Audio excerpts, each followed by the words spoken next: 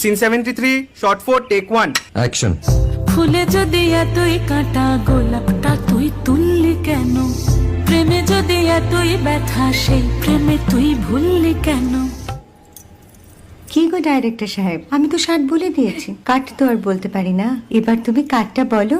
Got it. Excellent shot, excellent. অদ্ভুত। Madam আপনার সাথে একজন দেখা করতে এসেছে। নমস্কার। নমস্কার। বসুন।